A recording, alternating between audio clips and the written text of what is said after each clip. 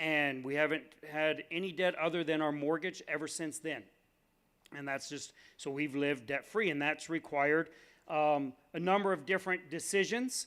Some of them are just simple decisions on how we spend our money, how we budget our money, but also decisions on sacrificing some things. You just got to get past the mentality that if someone else has something, you can have something. It doesn't work that way. And so, anyways, that's kind of my background to where I came from and started looking at money. So I want to look at it, but not just with debt. We're going to talk about a number of things. Today, I'm going to talk about one topic, and I think this is the first thing you should understand, or the first thing you need to know if you're going to look at money, especially from a Christian perspective.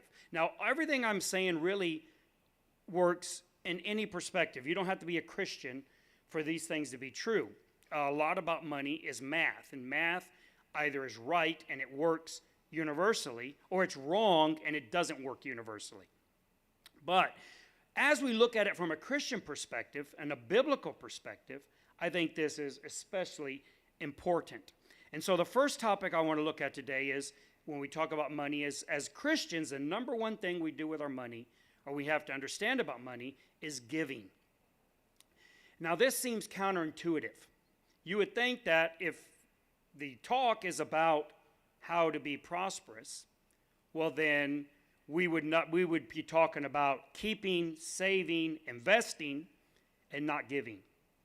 And that would not be, this wouldn't be the only time that this counterintuitiveness has been pointed out. For instance, there is a Harvard economist who's also a Christian, by the way, which is interesting, but he's a Harvard economist. The name is Arthur Brooks. And he did a study, a Harvard research paper on this issue. And that he said that every time he looked at it, from every angle he looked at it, because he was resistant to this idea. So every time it came back this way, he doubted his findings. He figured he must be allowing his Christian bias to come through in his study. Because every time he did the studies, it came back that people that gave prospered more than people who didn't. He says even when you controlled for the same education, the same ethnic background, the same neighborhood they all live in, making the same amount of money, having the same everything, the same number of kids, everything the same. The only difference is some gave and some didn't give.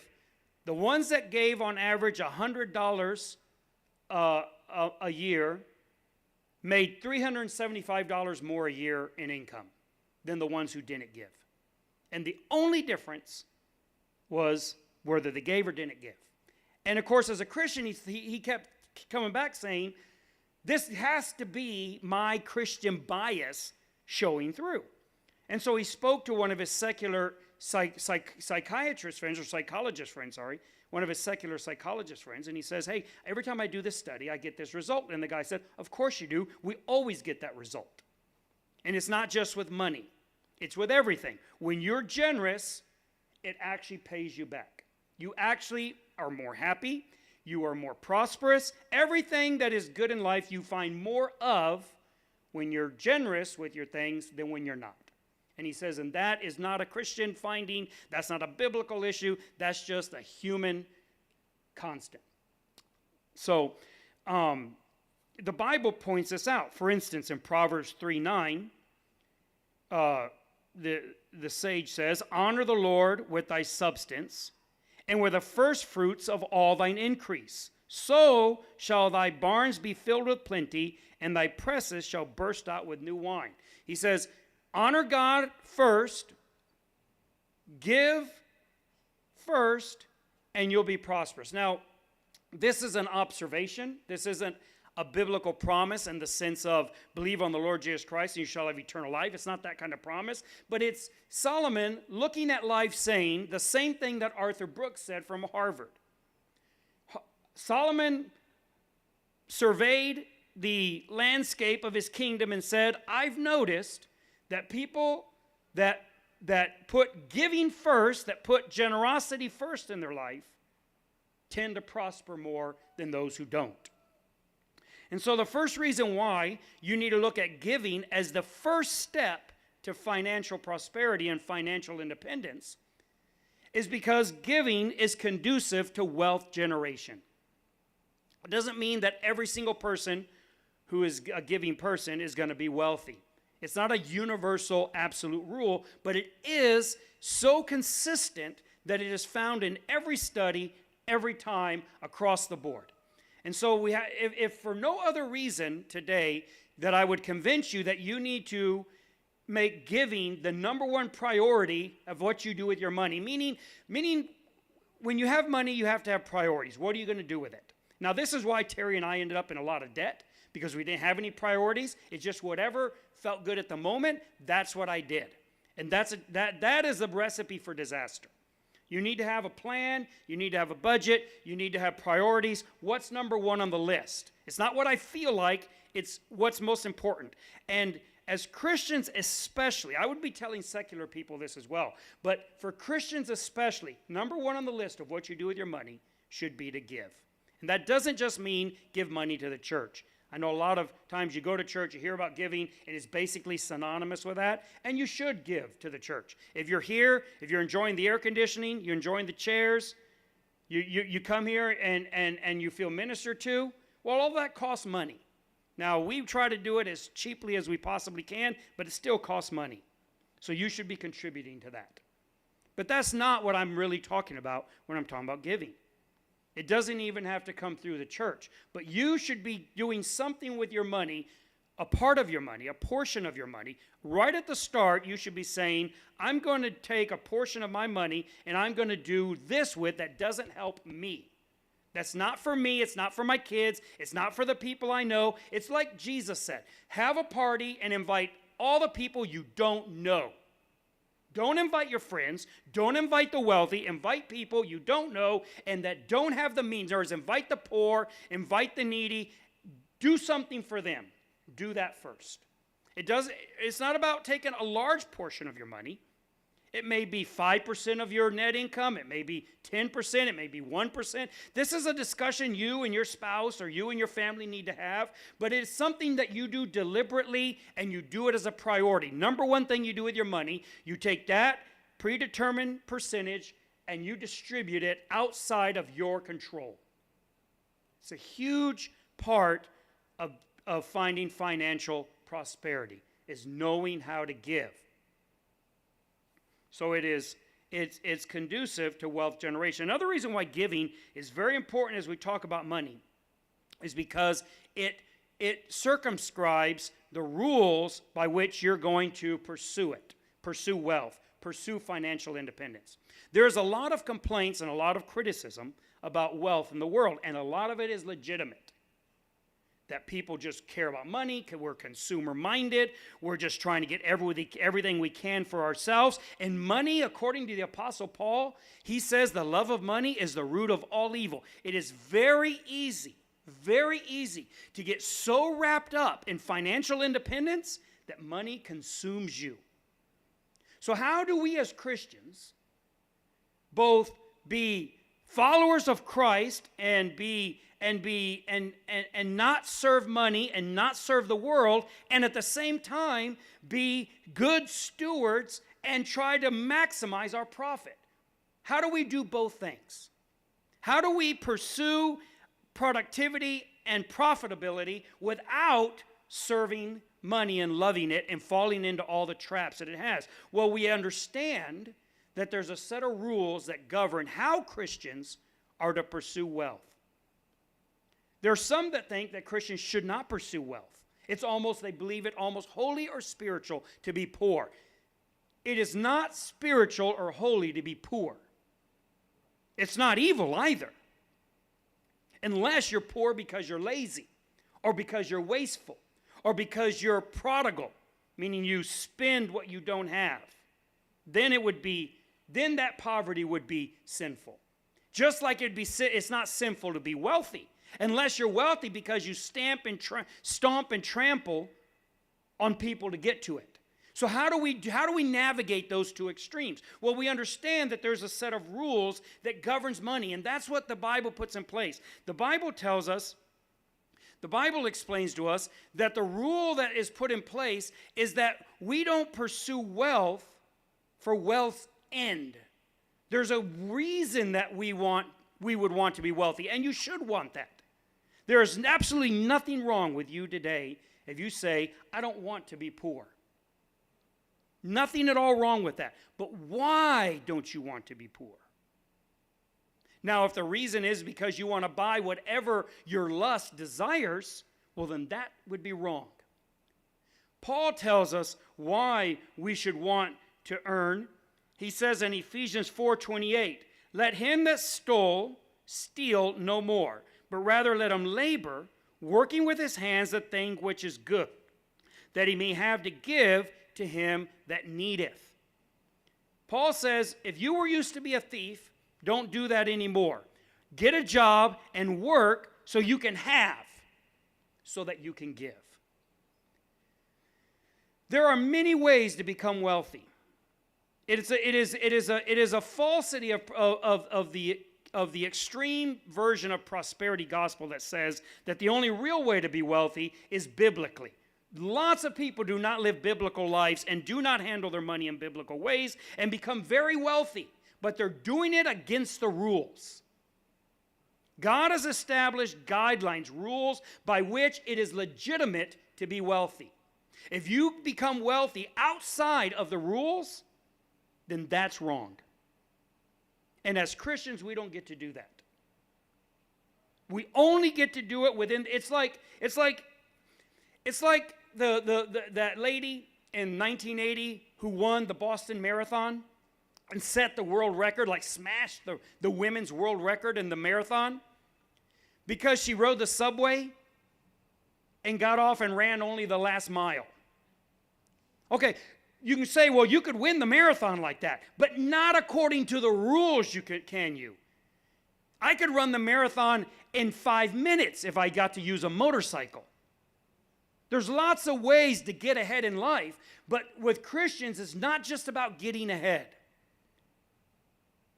It's about obeying the guidelines that God has set forth. And that's going to make it harder, and many Christians have observed this, even in the Bible. It's going to make it harder for Christians to generate wealth because you're not allowed to do it any way you want or any way that's available. And one of the rules about Christians in generating wealth is that we give. And it would seem like if I want to be wealthy, I just would hoard and store up and not give until I'm wealthy, and then I'll give. Now, scientifically, that doesn't work, and that's what Arthur Brooks would tell you. It doesn't work. It's actually the opposite. If you want to be wealthy, you should give. But even if that weren't the case, you're playing against the rules. The rules for Christians is we give and then we become wealthy, not the other way around. So if you're not giving, and I mean in a deliberate, disciplined, periodic way, then you are not playing according to the rules. And you may become wealthy, but your wealth will not be godly because you didn't get it through through obeying the godly rules that he set forth. So Christians don't just get to be wealthy. They have to play according to the rules to do it. Another reason why we should put giving as a priority in our finances is because it's an inoculation to help keep us from idolatry. Money is very easy to take over. It's very powerful, and it's very easy for money to take over our lives. It doesn't even take very much money to happen. Just a little bit of it can just take over and overpower your mind and corrupt you. And one of the ways we help prevent that from happening is by giving. It's like an inoculation. It's like a vaccine. It helps keep us from there. One way to look at it is this. If you don't worship God with your money, then it's your money that you're worshiping. And that applies to everything in your life. Whatever you have in your life that you don't worship God with, that's what you worship. And so when we give It doesn't, I don't just mean to church. I mean when we give, we take what we have and we distribute it for the benefit of people who cannot benefit us, then we are inoculating ourselves against the snare that Paul talks about of money. He calls it the snare of wealth. So it's very important as Christians that we be conscientiously giving of our money so that money can't get a hold in our hearts. We want to have money in order to use it. We don't want money to have us and have our hearts. And that's the problem it has.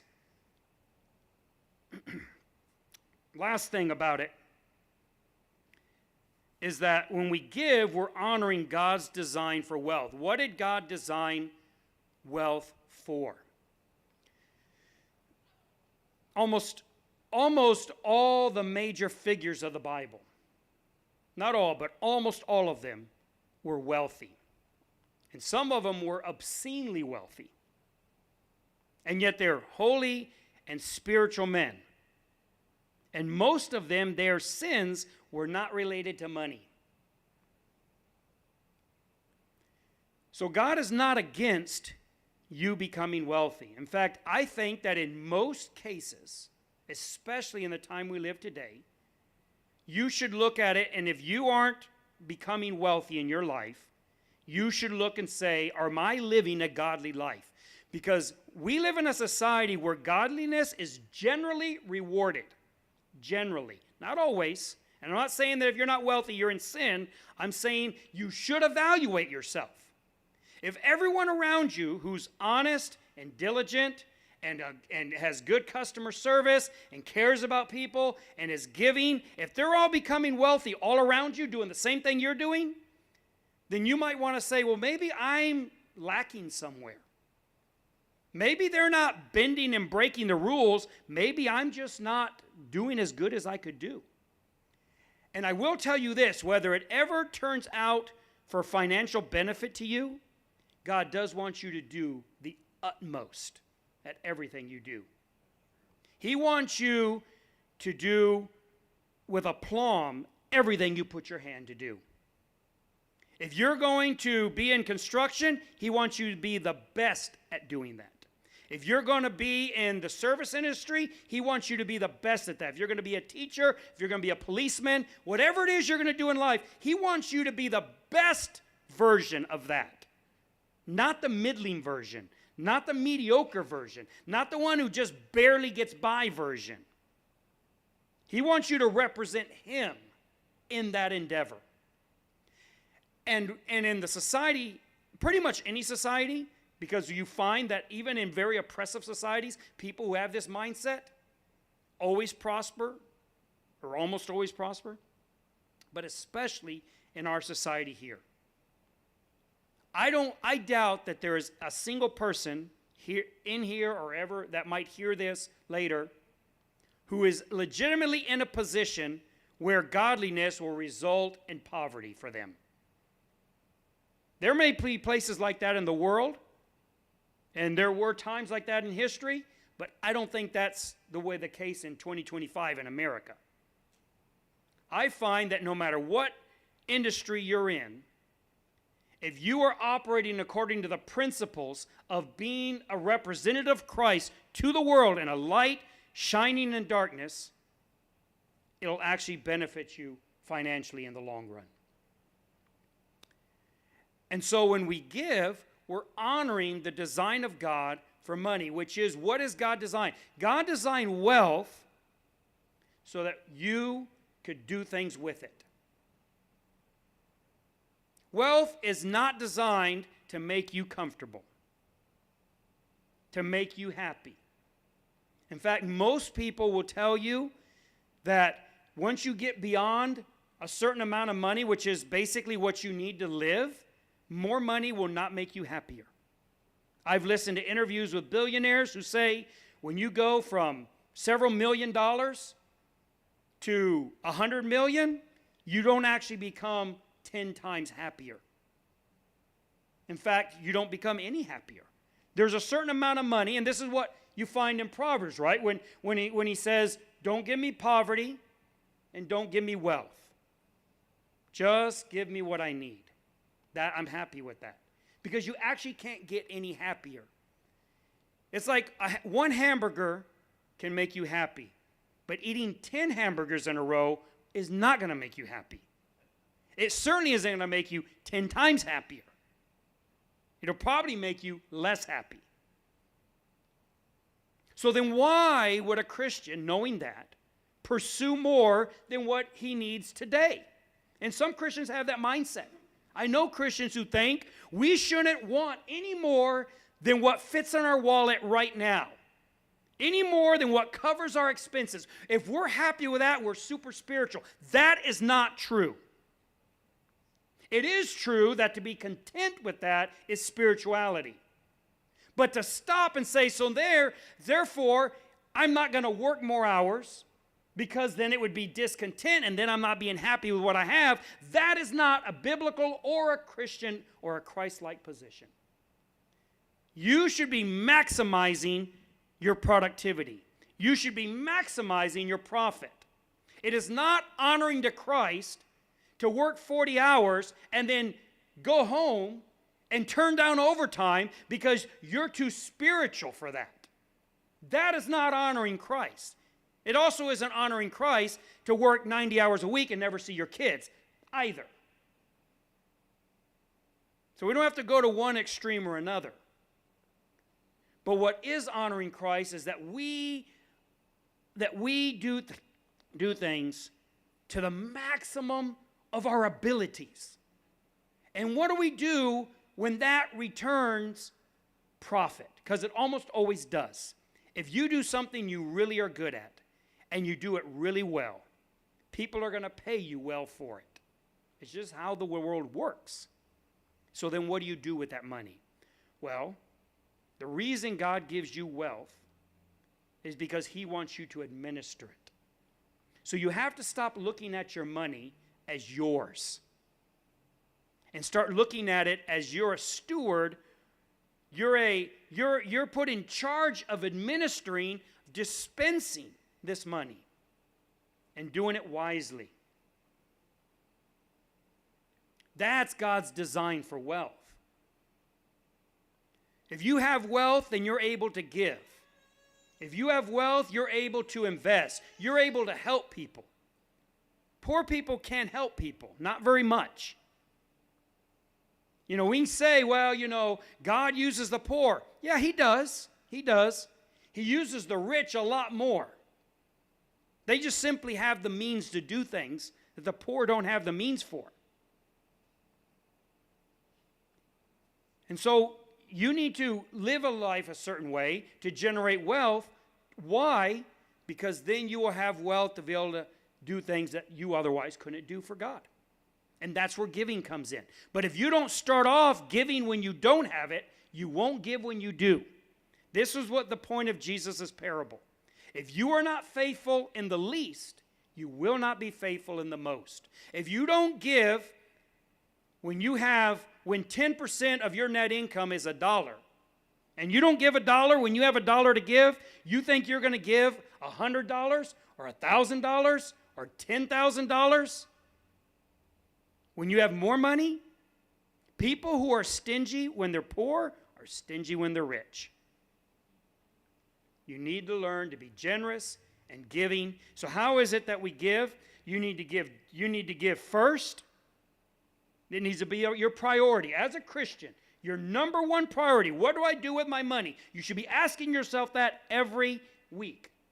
Every paycheck, what do I do with my money? We're going to talk more about this on other topics, but that's what you need to be thinking. What do I do with my money? That's called a budget. And the first line item in a budget is give. First thing you do is give. Not 50%, not 70%, maybe not even 10%, but you give. Whatever it is. You say, well, I only have $10. Then give 10 cents. It's not about the amount you're giving. It's about the discipline of doing it. It's why you should teach your children, to, for instance, to save. And another day we'll talk about saving. But we teach them to save. And what do they save? Quarters and nickels. You're like, well, they're never going to have any money by saving quarters and nickels. It's true. If they save a nickel a week, their whole life, they'll end up with no money. It's losing money faster than they're saving it. But what you're teaching them is to save. And if they don't learn to save nickels, they don't save hundreds and thousands when they're older. We have to teach him that. And God is giving you a little bit of money, and he wants to teach you to give. And he probably is not going to give you more unless you learn to give with what you do have. So number one, give first. Second, give generously. Meaning you don't give what you have left over. You don't just give what you have left over. You need to give generously. Generally, I would say as a rule of thumb, you should give about 10% of your net income. That's a good rule of thumb. Now, it doesn't work for everyone. And I think as you become wealthy, you should probably look at increasing that. That ought to probably be more. Maybe when you're poor, it'd be a little less. But that's not a bad rule of thumb. And the Bible is called a tithe. We don't preach tithing like a rule or a law. But I do think it's a great rule of thumb. I think it works out mathematically, and I think that's what you ought to look at. Maybe you need to do 5%. But whatever it is you do, it needs to be more than just what you have left over. If it doesn't cost you anything, you haven't learned anything. It's like if you say, well, I'm going to go lift weights. But I don't like straining. So I'm just going to lift spaghetti noodles. I'm going to do 10 curls with a spaghetti noodle. And then wonder why you're flabby. It has to hurt a little bit. It has to exert you a little bit. The point of giving is not to hurt a lot, but it is to hurt enough to know that you actually did it. Some people give so little, they're not even aware it happened. You need to give enough that you are aware that it happened, because that's how you train your mind, how you discipline yourself. So you need to give generously. Third thing, you need to give responsibly. That means you need to do it as a habit, as a discipline. Not just when somebody gets up on Sunday and says, hey, you need to give. Oh yeah, I haven't given in a long time. I better go out and do that. You need to do it without anyone telling you to do it. Just like you need to pay your electric bill without being sent notices. Right? That's the responsible way to live. You need to put gas in your tank, not just wait till it runs out and then go, oh, I guess someone should have put gas in the tank. You do it responsibly. When you see that the needles, this is for my wife, when you see that the needle is on quarter, you stop at the next gas station and fill up. You don't run it till the car's like, please give me some food. That's just mean. That's just wrong. I don't approve of that message. You need to give responsibly. Not waiting to be told. Not waiting for some need to arise where they pull your heartstrings. And so then you go and do it. You need to have a scheduled, deliberate, disciplined routine. It's in your budget. Every time you have income, you give out of that income, and it's just become second nature. It's like the difference between when a young person goes to work in the morning and someone who's been in the job place. The young person wakes up every morning and thinks, do I want to go to work? Boy, I don't feel like going to work. When you've been in the job place for 20 years, you don't get up in the morning saying, should I go to work? You just get up and go to work. You don't think about it. It is discipline. It's second nature. It doesn't even cross your mind. I might just lay in bed all day today. It's not even there. That's where you want to get in your giving. It's not that you don't give enough that you don't notice, but you've done it in a disciplined way to where you don't think about not doing it. It's just like that's just what has to be done. And a lot of money is going to be that way. How you invest, how you save, how you pay your bills. A lot of that comes to this. You need to realize that you and I are incredibly immature when it comes to money, the way young people tend to be with jobs. And we need to get some discipline, which means how do you do that? You exercise. So you start giving, and you start doing it, and you write it down on your calendar. You put it as a reminder on your phone, so that on this date, every month or every week when you get your paycheck, on this date, I give. And I give this amount. Whether it be a set amount or a percentage, but I give. I give. Very important. So you do it responsibly, and you do it humbly. This is very important. You do it humbly. It's real easy to go overboard on giving. God doesn't give you money so that you give it all away. That's not why he gave you money. He gives you money so you administer it. And giving is only a small part of that administration. And some Christians, and I was one of these, to prove their spirituality, whether it be to others or to themselves, give far more than they should. When Terry and I first got married, and for the first 15 years of our marriage, I gave 40% of our income. And then wondered why I'm $60,000 in debt. Now, that's not the only reason I was in debt, but it certainly didn't help. Giving 40% of your income when you have a family and you're making less than minimum wage on average is not humility, and it's not spirituality. It's just stupidity. That isn't what God intended for you to do with your money. I should have been given 10 or 12%. I should have been investing 10%, and I should have been paying my bills and not being a burden on other people every time my car needed a battery and I couldn't afford to buy one without going into debt. So that's not humility. Humility is to realize, hey, I want to help people. I want to be a giving person, but I can only do it within the means God has given me. And if I am at the point where giving 5% or 6% or 7% is where my pain point is, and I start reaching in and I have to go into savings and to give, well, then I'm giving too much. And I need to give appropriately. And if God blesses me and he increases my income, I will increase my giving. As God blesses me, I will increase my giving. And that's humility. The humility to know I am not competing with anyone else in giving. If you're giving 40%, I applaud you, and I hope you can afford it. And if you can, that is fantastic. And maybe you get to the point where you're like Rick Warren, when Rick, the former pastor of Saddleback Baptist Church in California, he wrote one of the best-selling books of all time, Purpose-Driven Life, thank you. Huge bestseller book, made him millions and millions of dollars. And when he did that, him and his wife went to doing reverse tithing, meaning they kept 10% of their income and gave 90% because their income was so huge after that. Wonderful. But you don't need to compete with Rick Warren or anyone else. Your giving should be about your relationship with God and what he expects of you. Not what you think everyone else expects of you. Don't worry what I think about your giving. Don't worry what anyone else thinks about it. It's none of their business. You need to give, and you need to give appropriately and humbly.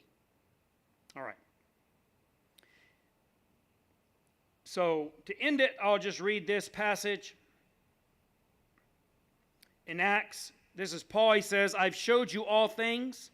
Acts 20:35, I've showed you all things, how that so laboring you ought to support the weak, and to remember the words of the Lord Jesus, how he said, it is more blessed to give than to receive. That should be the motto of the Christian life. And we use that a lot, and we talk about non-material things. It's more blessed to give than to receive. It's true about everything, but Jesus wasn't talking about non-material things. He was talking about money. In fact, if you go back and read the Gospels, you'll find Jesus talks about money more than we often realize. And one of the number one things he says we should be doing with our money is giving. So, over the next weeks, I'm going to be doing this probably every other week, talking about finances. And we're going to look at debt. We're going to look at income. We're going to look at how to become prosperous by working. You can become very prosperous by just being a construction worker. By just doing menial labor, you can become wealthy.